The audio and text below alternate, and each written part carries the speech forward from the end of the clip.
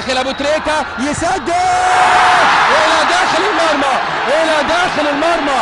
الهدف الاول للنادي الاهلي والهدف رقم 100 لمحمد ابو تريكه.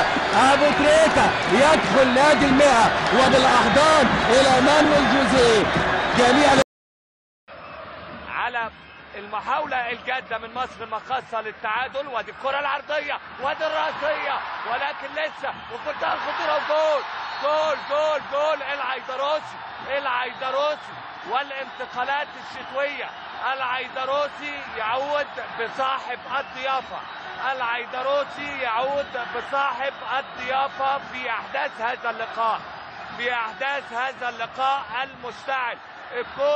الكرة من الأول فرصة خطيرة، ولكن العارضة بتقف في جوار أحمد عادل، ولكن في الإعادة إفادة وسامح العيدروسي على طول بتسديدة بالقدم اليمنى بيحرز هدف التعادل لمصر المقاصة، وتصبح النتيجة 1-1. ضغط هجومي أسفر عن هدف التعادل لمصر المقاصة، والمباراة المباراة مولعة. حبيب الكل